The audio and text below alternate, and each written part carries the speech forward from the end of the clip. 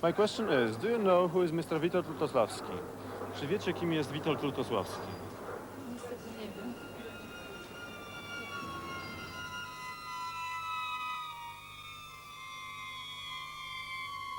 Czy wie pani, kim jest Witold Lutosławski? Nie, oczywiście nie wiem.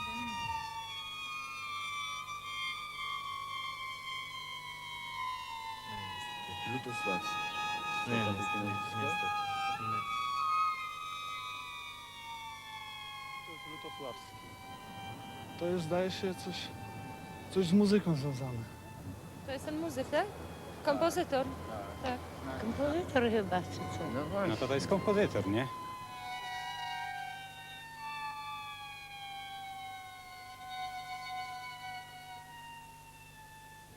Yes, I perfectly know. He is a great Polish composer.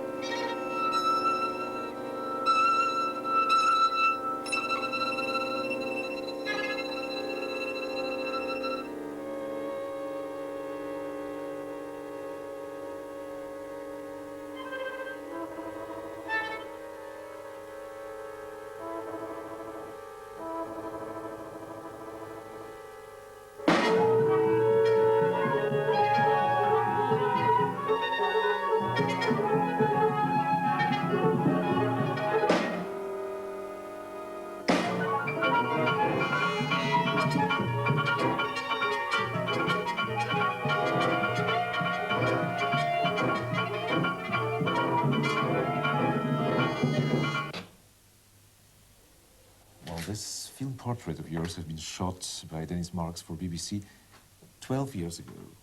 Yes. And in fact, I must say I'm a little bit disappointed because I thought that shooting now some sort of a sequel, I will see you a little bit more aged. But you haven't changed very much in these 12 years. Thank you very much. By the way, I'd like to ask you a question.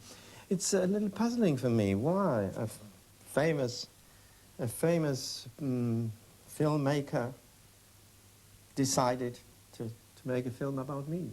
Oh, well, there are many reasons. One of them is that I like very much your music, but the other one is that I think you are an important person of our public cultural life. And I would like in this film, which we're shooting now in the sequel, Yes. to show what happened in the last 12 years, what happened to your music, and what happened to the country you live in and you're part of.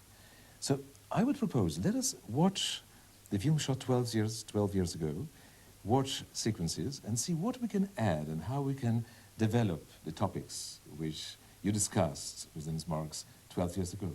Yes, fine. Let us try, maybe that will work as a method. And let's start 50 now. years ago, when Lutosławski was a child, the whole city looked like this. Then, in the 1920s, Warsaw was the capital of one of Europe's youngest republics, a city with a cultural life as rich as Prague or Berlin.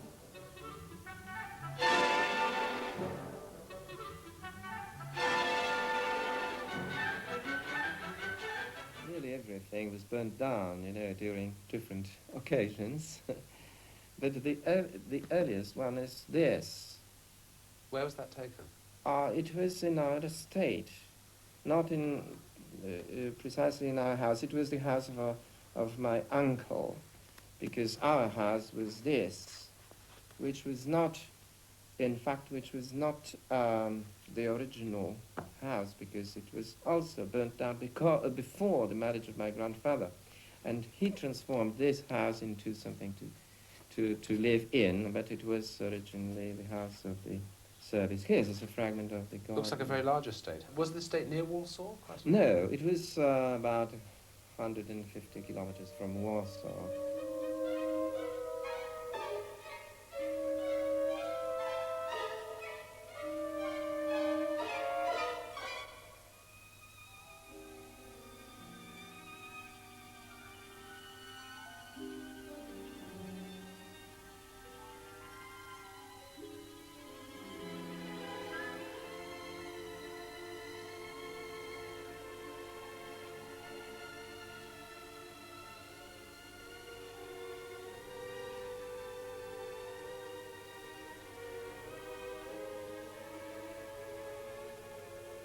Recollections of the social circle, of this social class you belong to?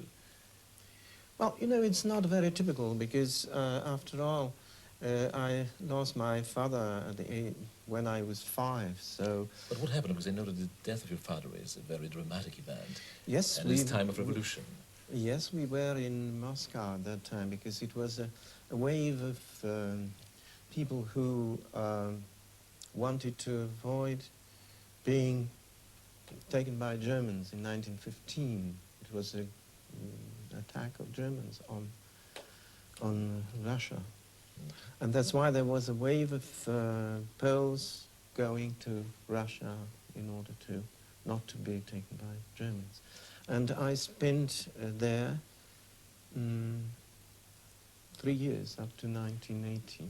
1918, so it was a year after the yes, Bolshevik Revolution. Yeah. And what happened to your father? My father was involved in organizing Polish troops, you know, for a possible war against Germans and freeing Poland. And he was taken by the to prison by the Bolsheviks and executed in 1918. Was your father by any means connected to music? To Oh art? yes, he was apparently, I couldn't say anything about my experiences, but I know that he was quite a good pianist, and he even had lessons with Eugène d'Albert, a great musician of the time. But of course, professionally, he didn't. No, he didn't exploit his talent. even hesitated about becoming possibly a pianist, but he decided not to.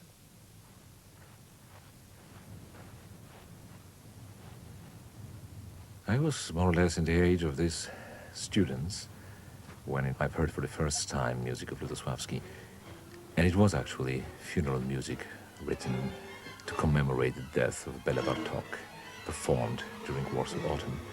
And for my generation, this music was sort of a manifesto of the new aesthetics, of the contemporary new avant-garde, breaking with all the aesthetics of social realism, which belonged to us through the 19th century tradition, to the tradition of our parents.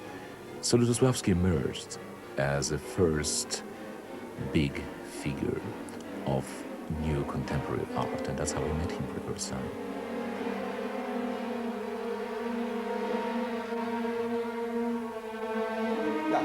Tak, dziękuję. Dobrze, tylko jedna rzecz. Epilog zaczynamy fortissimo tak samo. Znaczy bez akcentu, ale na pełną siłą. Jeszcze raz, 215, proszę. Raz.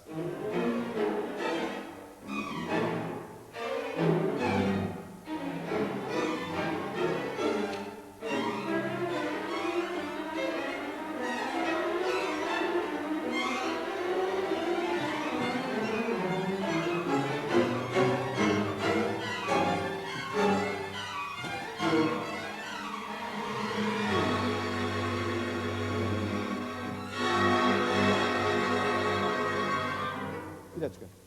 Proszę Państwa, to co powiedziałem jeszcze poprzednio. Proszę skrócić nutę 235, tą ósemkę i natychmiast być w tempie, które było w poprzednim takcie. I'm now explaining that it was not the right tempo in the apogee, in this part of the piece, so that the second bar was too slow, but it's very characteristic, very funny that all orchestras make the same mistake. It's probably something in the score that provokes. But do you like conducting? It sounds like what you... Is it a necessity, or is it... No. It's not? No, it's not only the necessity. I think that it's also the question of a temperament of a performer that was present in my life from very early age. Yes, I used to be a pianist, as you may remember. I wonder, we are now rehearsing with the students' orchestras. Yes. That's relatively an easy thing. Yes. But how is it with these famous orchestras that all conductors are afraid of? Yes, luckily, I think that situation is easier than other conductors that come for the first time to the orchestras, because I know about the piece all, and they know nothing. And that's, of course, my advantage. If I were to conduct a symphony of Schubert, it would have been quite different. Isn't there another danger that you are presenting your own composition and they judge it? Well, I think that I try not to think about me as a composer presenting his works, but as an interpreter of the works of his younger colleague, about whom he knows probably more than any other conductor. And I try to forget that I'm the author of the piece. I think only about the right and precise rendering of the piece, and not about the very fact that it is my music that I present it to the audiences or to the judgment of the orchestras. Do you consider yourself a perfectionist?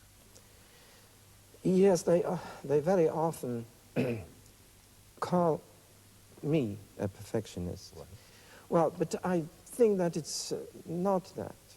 I just don't tolerate anything which is not precisely played. But it's not perfectionism. It's just the minimum. There are many who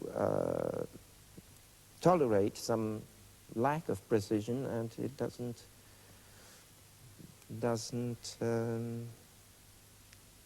that it's not a problem for them, but not for me. The text must be clearly presented. Let us listen to the Yes. further part of it. No to jedziemy.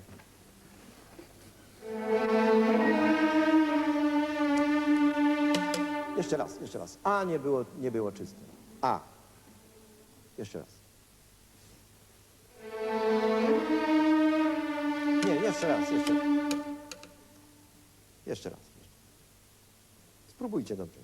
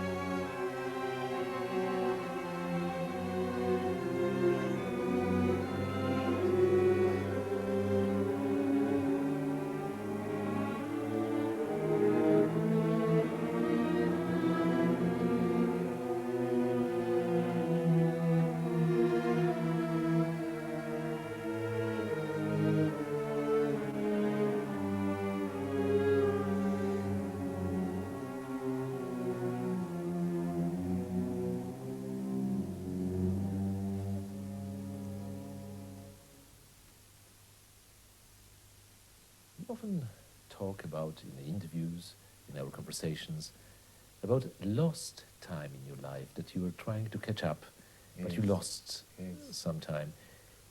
What time do you have in mind? First of all, the Second World War. I was supposed to go to Paris to study composition, to go on studying. And after the war, there were very difficult circumstances in which we lived materially as well. And then this period about which we are much talking, that means the period of Time of social realism social and realism, cultural terror yes. and Marxist terror. And I couldn't say that it was totally lost time for me, but it was very depressing time, and that was, of course, had a bad influence on my work. Well, let us see what you said about your work 12 years ago. Did anybody feel that it was impossible to work as a musician in Poland at that time? Or? Impossible? In what? Well, as a composer, did they feel that the official no, I don't think so. formula, No, I don't think style so. made it difficult? One always was able to compose for himself, to work on oneself. Well, it's always the case. I think it's the advantage of a composer upon the performers who must have the real life, in order to exist, and performances, while a composer can write and put here. Well, talking about socialist realism and all the problems connected to the musical censorship or censorship in music, I wonder if, talking 12 years ago, you felt all free, or maybe there are some things that you can add talking now when we are living in a relatively free country. It's very difficult for the Westerners to understand. What was it all about, censorship in music? Well, it all began with a big meeting where the man who was responsible for the cultural policy at that time, 1950, I think, no, 1949, had a speech to all composers and musicologists gathered, especially for that. He spoke for 4.5 hours about the ideology of art in communism. But how can you apply ideology to music? How was it applied? That's always very mysterious. I can't recall what he was saying. Anyway, there was two notions that still are very mysterious to me. One is formalism and another is socialist realism. I didn't understand music neither of it. Could be realistic. But what was the practical implication of this theory? Well, I think that the main thing was that music should be accessible for simple people, for workers, for not initiated But this audiences. as such sounds rather innocent. In fact, how many managers of musical life now have the same concern?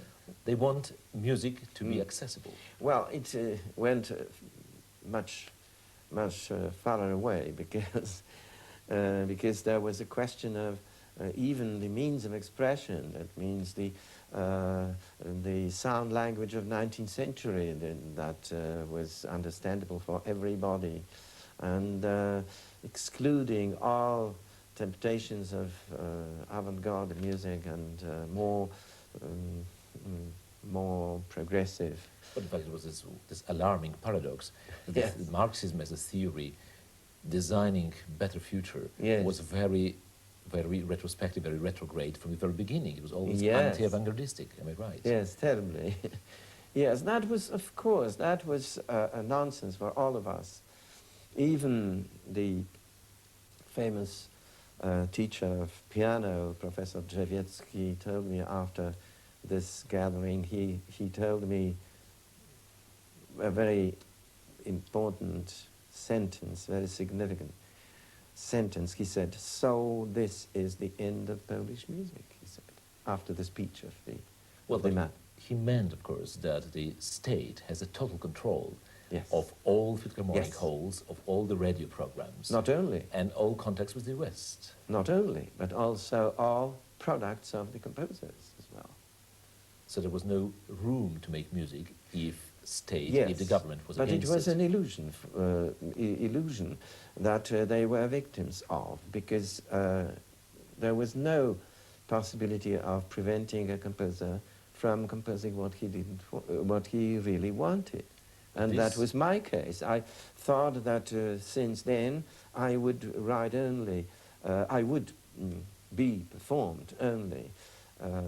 Partly, that means only my functional music, and all that I wanted to really to compose would be in my drawer to the end of my life. But did it slow down your musical development, the fact that you had no contact with the large audiences, that you didn't listen to your music as I before? think that the factor that was really important in this negative from this negative point of view, was that it was terribly depressing, and a sort of breakdown, you know, that was the consequence of the state of affairs, was really ruining my my work as composer. You know, it was a sort of perfidy in their attitude, because as I said, I composed some functional music that I did with a certain pleasure, and I thought that it was useful. It was not the result of a pressure, no. I wanted to compose something for schools, for children, for small ensembles, for, in other words, music that was not the part of my personal development, but just a service to some needs, social needs. And the perfidy of those people was that consisted of taking all that music and giving me prizes for it, and considering that music as a result of their pressure, which was not true at all. And it's the sort of legend that I'm afraid is still present in some commentaries, even now, because people imagine, you know, Western people imagine that there were some pressure on me, that I composed some music were using folk tunes as a raw material for me. Right. But it's absolutely not true.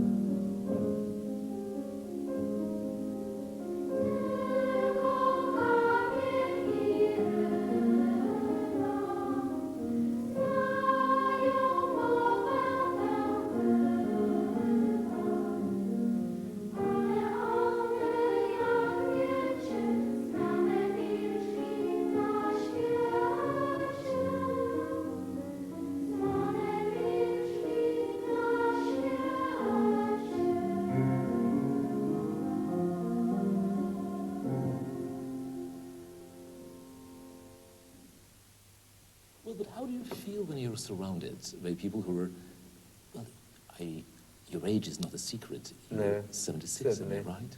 Yes. How do you feel surrounded with people who are 10, 11, Or even less than that. even less than Even that? less than that. Do you regret that? No, I never Youth. regret my childhood or my youth. Or you- No, no. It's a strange feeling that everything that happens is better. So with In time, my it is life. getting better and better Yes, with life. in my life. I'm very tempted when I see you surrounded by all these children Yes. to ask about the sheer joy of music making. Of music making. Don't you think that in the past it was something evident Oh, yeah. when we listened to Mozart? Oh, yes. And what Absolutely. happened now? Why there is less joy in contemporary music? Or is there less, or is it coming back? What is your judgment? You see, it's a very sophisticated problem, because in the 1950s there was when speaking about the avant-garde of 1950s, the music undergone some development that was against the pleasure of music making a little, because there were so sophisticated tasks for musicians in their parts that sometimes the performer of an ensemble, of an orchestra, for instance, was reduced to a sort of little part of the machine, but not a human being just enjoying playing his part. So one of the reasons why I introduced the element of chance in my music was just this, to restore the pleasure of music making. So would you be so kind to autograph their petition, because I think they expect this to happen. Możecie dać teraz autografy. Chcecie autografy, to możecie pana prosić. Dobrze? Dobrze, poczekajcie. Każdy dostanie. Każdy dostanie. Dobrze, no. Jak ma na imię? Poczekaj, wszyscy dostaną. Poczekaj. Agnieszka. Małgosia. Małgosia.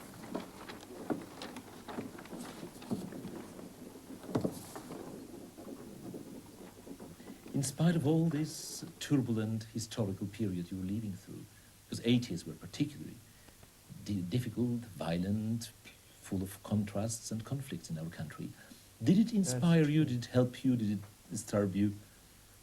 You see, never my life experiences influence me directly. It never happens. I never compose under an impression of something that was experienced in the life. What influences, I think, every possible creative artist is the psychological condition, which is sometimes disturbed by the life experiences. And there are some experiences that help and make the circumstances favorable for creative activity. Prawda w odniesieniu do sztuki jest pojęciem wieloznacznym. W moim pojęciu bowiem talent nie jest wyłączną i prywatną własnością tego, który został nim obdarzony. Jest z pewnością darem, przywilejem, ale przywilej ten połączony jest z rozlicznymi obowiązkami. Well, you participated in this Congress Yes. in a quality of a great intellectual. This was a Congress of all top intellectuals of the country. I think we need some sort of explanation to the English language viewers, because intellectual on the continent of Europe, and in Poland in particular, the very word has a different notion. I think it means something more for us, and it's a very positive notion, while, as far as I know, in England, this word is evoking sometimes some sort of suspicion. Yes. Well, I think that in Poland especially, this word is very closely connected with the tendency and struggles of the nation to survive, to preserve the national identity. The most striking example is the 19th century, when when Poland didn't exist as a state. It was occupied by three powers, and then great poets, great artists contributed a lot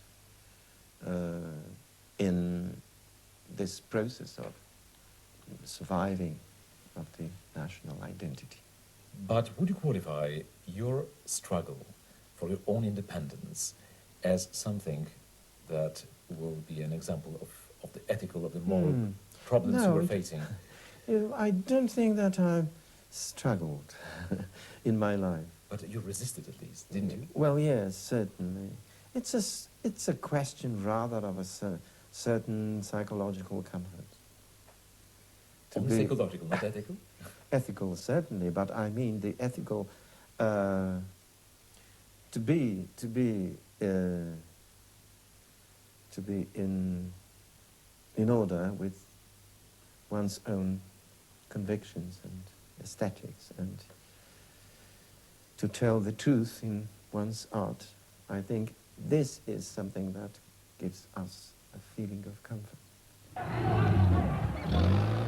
The introduction of martial law in December '81 was a huge shock to the whole society, and all the relationships changed. I remember in the '70s, Lutosławski was sort of an official figure, and his relationship to power was full of reserve. There was some ambiguity. But since martial law was there, Lutosławski took a very clear-cut position, and he became a symbolic figure of the intellectual resistance. You know, after the martial law in 1981, there was a sort of boycott of the TV, of the television. And of course, for many years I hadn't appeared in the TV. Were you invited to appear? Oh, yes, I was many times invited, but I never appeared because it was a sort of protest, you know, against what happened to us. But as far as I remember, you got some award. You got Order of Merit. Yes, I didn't collect it. I wanted to avoid it, although it was made not in a quite official way. But the Minister of Culture, who told me that there is a high distinction for me in the Ministry of Culture, I said, in this situation of conflict between the authorities and the nation, the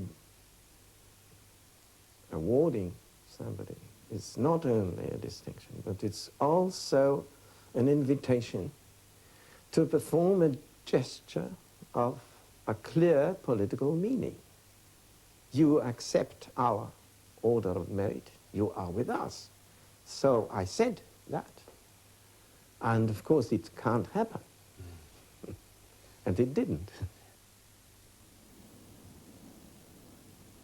Well, filming today when you were in the parliament, Yes. what was it? Because it's rather unusual that the Well, composer it was is visiting... not a parliamentary meeting, it was a meeting of a committee that Lech Wałęsa organized for himself as a body for advice, for possibly discussions. But for cultural affairs? Or No, for no, all not social- only, no, not only. It's a committee that it's over 200 people from among scientists, artists, and also workers and political activists. Well, but what sense it makes that, that politicians, workers, and a great composer meet together? Isn't it a paradox? Well, it's usual not in our paradox, country. not a paradox, I think, because after all, it's, you know, I'm not only a composer, I'm still a citizen of this country. And I think that it was basically because I'm not indifferent for all those things.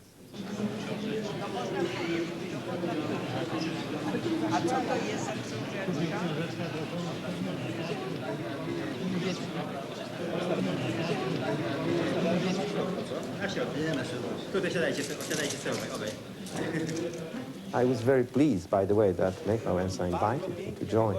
Wygląda na dzisiaj demontowanie niedobrych struktur w ogóle wszystkiego, co złe.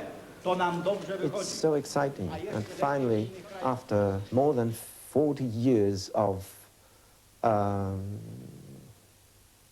so to speak, not free country, we suddenly have a non-communist government. And we have a majority in the parliament. And we have almost the whole Senate, the higher house, left to Solidarity candidates. So that's so exciting, and I think the changes are so fast now and so radical that I don't think that one could be indifferent for what is happening now.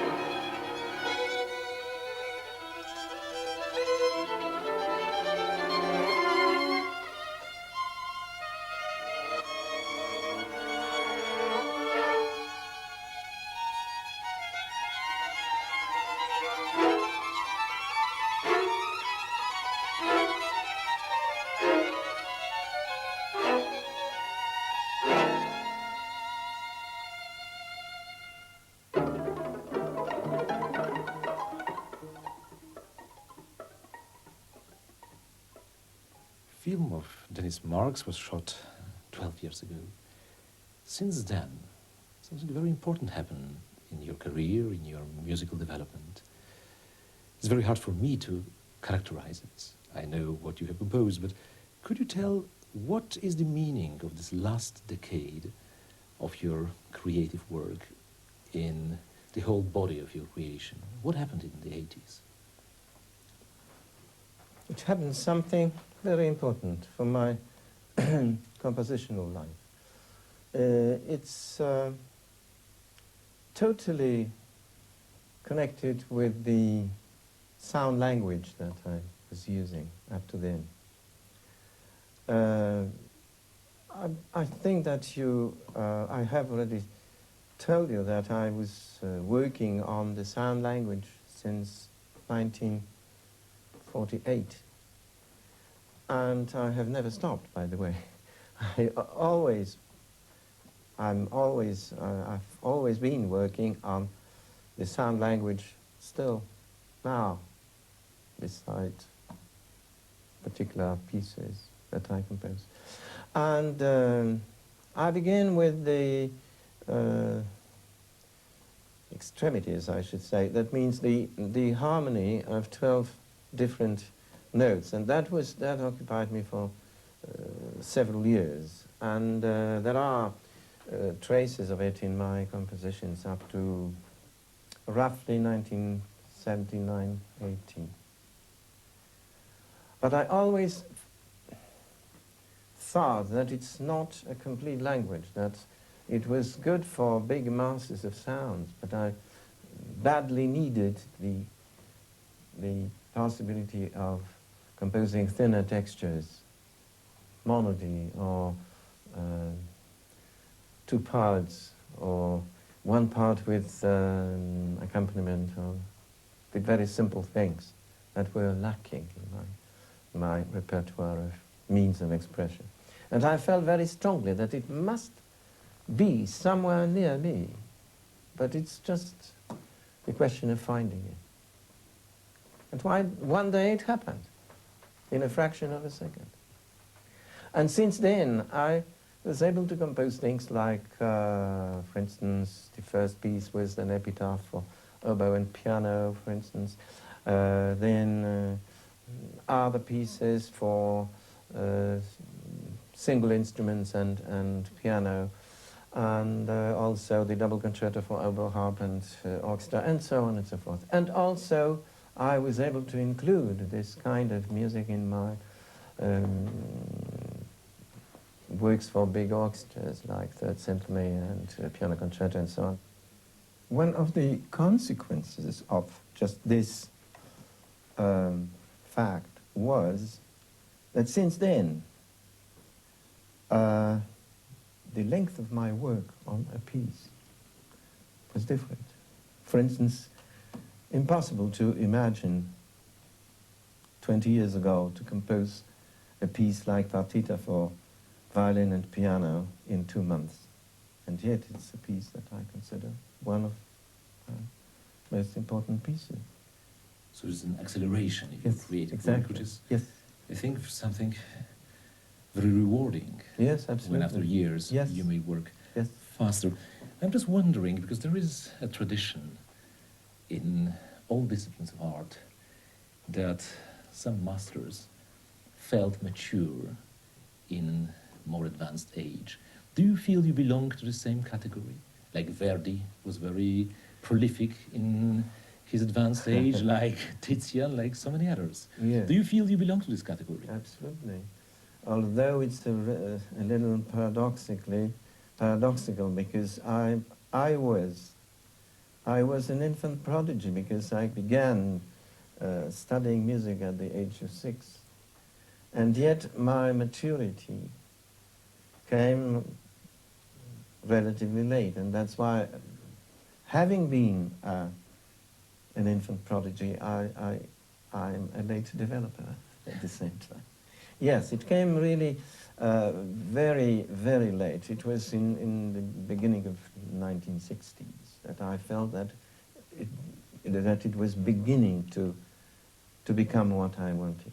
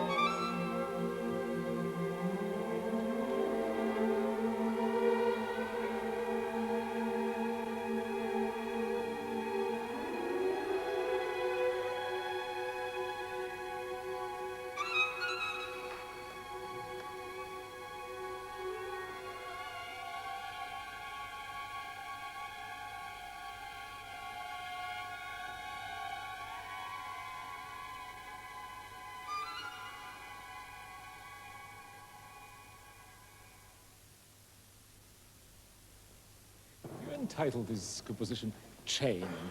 Does it mean something? Chains, liberation, freedom, anything of that sort? It has nothing to do with the extra musical ideas. It's purely musical tone.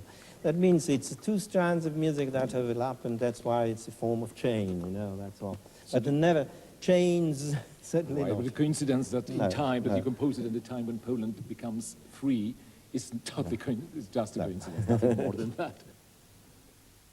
Do you think that your creative work in the 80s coincides with the general turn in musical life? I think there is far wider, far broader contact with the public. There is some sort of return to the feelings, to great emotions in the 80s. And is it something in the air, because it also applies to your evolution. There is probably more feeling and more emotion. The Third Symphony is the best example of it. Did it coincide? Is it something that is in the air? Well, I don't think that it really coincided directly. It created an atmosphere that gave us a lot of hope for the better situation of our country. And that was, of course, a sort of injection of energy and optimism, which was extremely helpful. But you told me once that in the time of Baroque, music that was played was always a contemporary music. Yes. What happened in the 20th century is something opposite. Yes, what is played is an old music mostly, and contemporary music had a hard time.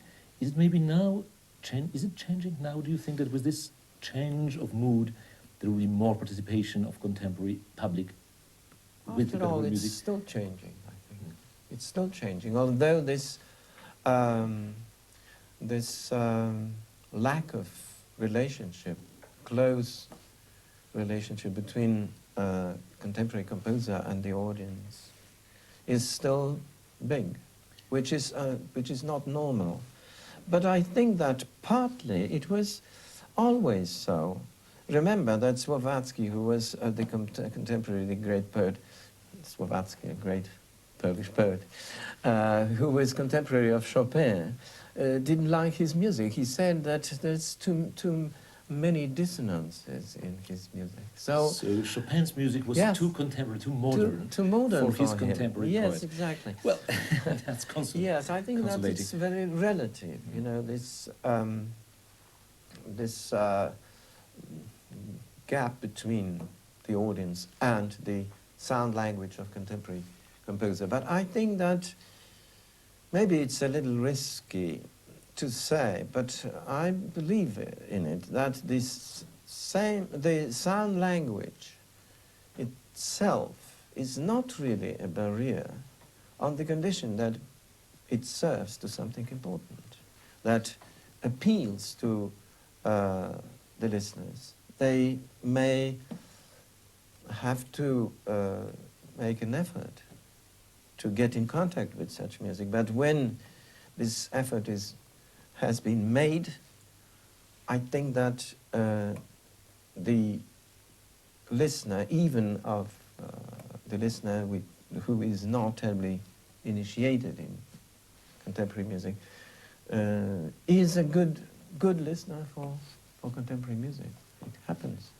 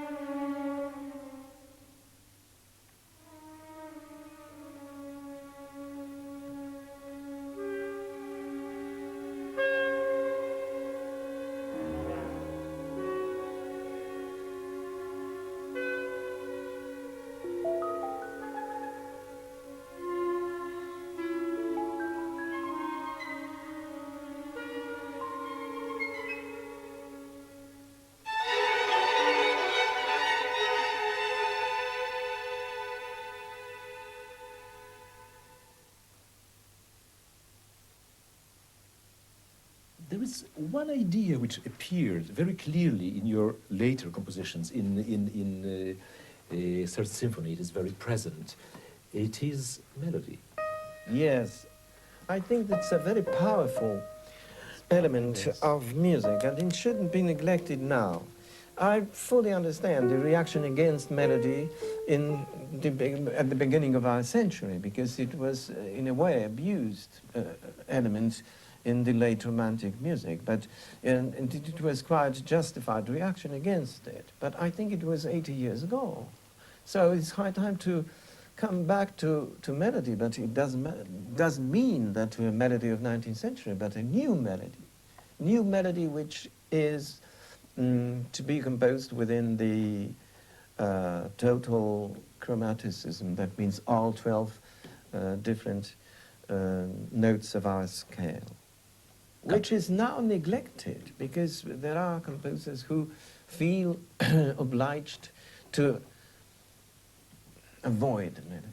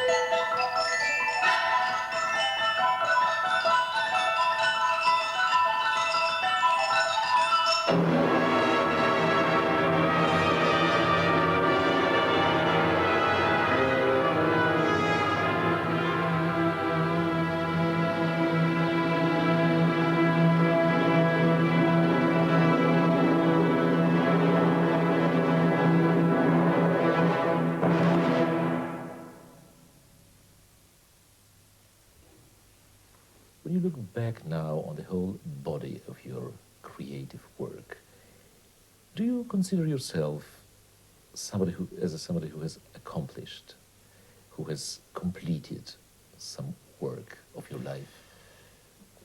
No.